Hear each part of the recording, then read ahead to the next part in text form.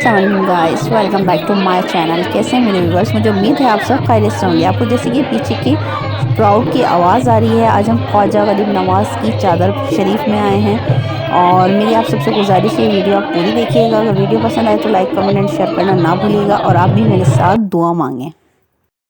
नाम ख्वाजा मोइनुद्दीन, तेरा नाम ख्वाजा मोइनुद्दीन, तू रसूल पाक की आल है, तू रसूल पाक की आल है, तेरा नाम ख्वाजा मोइनुद्दीन।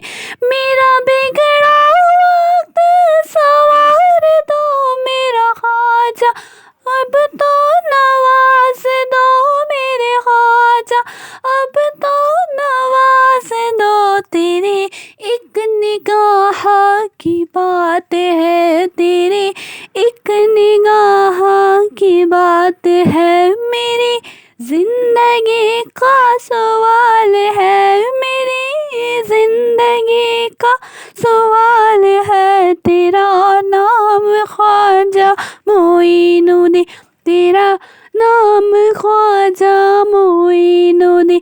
मैं गदाई चिश्ती रसूल हूँ, मुझे इस गदाई पे नाज है, मुझे इस गदाई पे नाज है, मुझे नाज ख्वाजा पे क्यों ना हो, मुझे नाज ख्वाजा पे क्यों ना हो। मेरा ख्वाजा बंदा नवाज है, मेरा ख्वाजा बंदा नवाज है, तेरा नाम ख्वाजा मोइनुद्दीन, तेरा नाम ख्वाजा मोइनुद्दीन।